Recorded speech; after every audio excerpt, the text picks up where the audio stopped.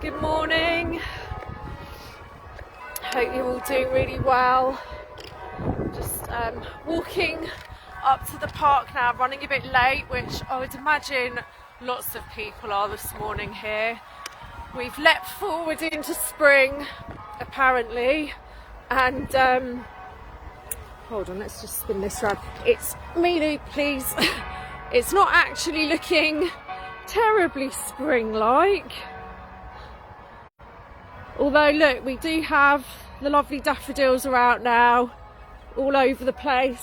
Oh, Milu, please. Let me pulled over. And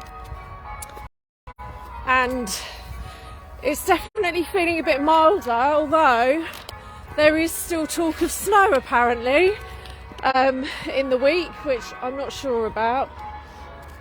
I can hear you. So yeah, it's been a very interesting week. I decided to unplug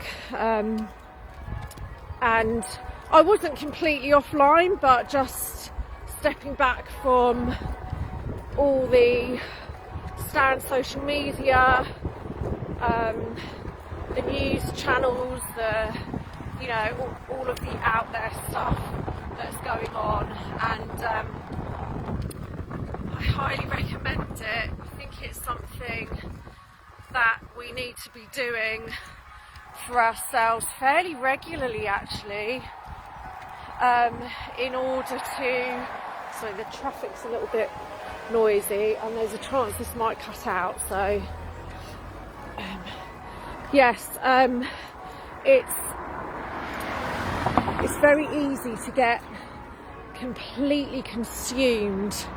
Hi Susan, sending lots of love to you in Brisbane as well.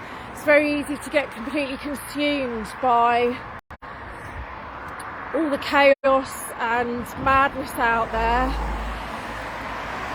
and there's no harm in actually stepping away from it from time to time. It's going to be there when we come back, but I think... Sorry, this is going to be really rambly. I don't have anything planned. I just wanted to say hello, actually, after a week away.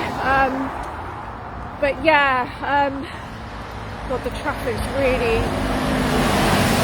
really loud. You'd think on a Sunday it would be quieter, the roads, but they're actually not. And that's quite indicative, actually, of, Sunday was always the day of rest, wasn't it? And now it's just like everything is 24/7, 365.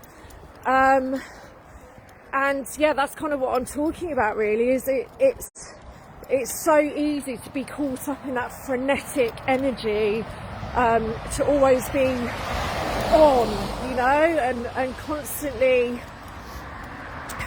reaching for the phone, every post that comes through, sharing these things, and just having that fragmented energy. That means, really we are distracted from the most important thing here, which is what's happening within us. And this is what I've been confronted with, not willingly, quite often, but of late, and hence the need to pull back, is what's actually taking place within me. What is it that's really feeling threatening to me? And really, until you kind of stop and go deep inside, you're not going to get those answers. And we know that this whole agenda that's playing out is absolutely founded on fear. It's all about fear. It plays on every kind of fear we have, every kind of fear. So all the things that seem very personal to us, that have happened to us in our lives, often there's childhood traumas, all kinds of things. Those will be triggered because, really there are very, very few bases for fear. And obviously the primary one is survival. And so those fears that we may have experienced caused by, good Lord, so bad. Wow. This is what my mind's been like up until now. Very symbolic. Yes, so often, you know, those fears that we've had, those events that have triggered fears in us as children, as adults, whatever, that seem very personal and individual to us, they're actually just triggering those kinds of primal fears. And when you pick away at them, if you really, really go down the rabbit hole of your own fears, 9 times out of 10, it's survival at the root of it. It might present itself as, you know, the need for being accepted and the need for validation. Whatever it is, if you keep going, often that's what's at the root of this, is that physical survival fear. And that's what this is playing on the whole time.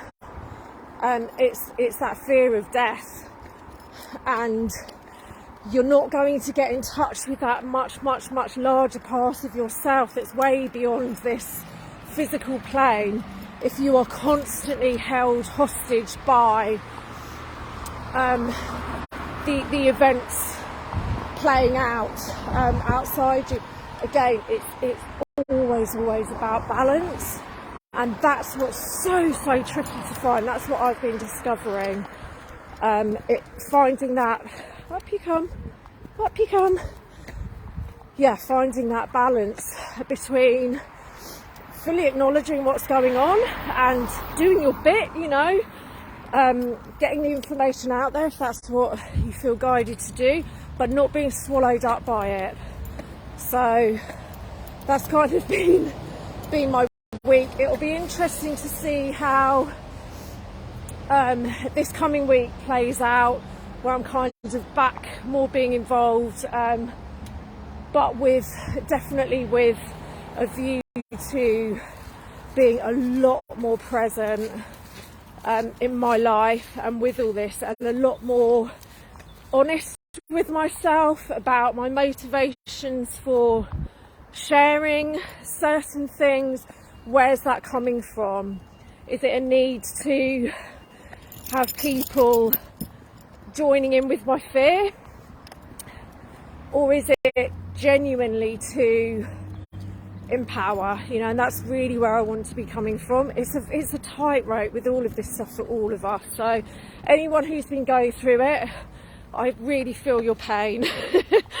We're never on our own in any of this. There are huge geomagnetic storms apparently at the moment. You know, we're really under it energetically.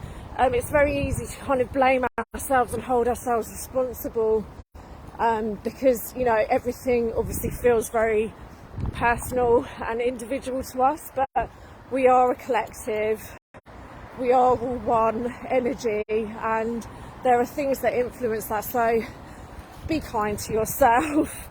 You know, we're really in totally unprecedented times. So that's it. I'm going to go and join my friends. Wishing you a wonderful Sunday. Happy New Year to everyone in the Northern Hemisphere. We've had spring equinox now. That's truly the beginning of the year. And to be honest, although it doesn't look very spring-like here today, I felt a tangible shift in the energy in the last few days, which is interesting, and more energy coming up. So I think when you make an effort to be aligned with the natural cycles and not what we're told, it does make a difference. But anyway, lots of love to you. Speak to you soon. Peace.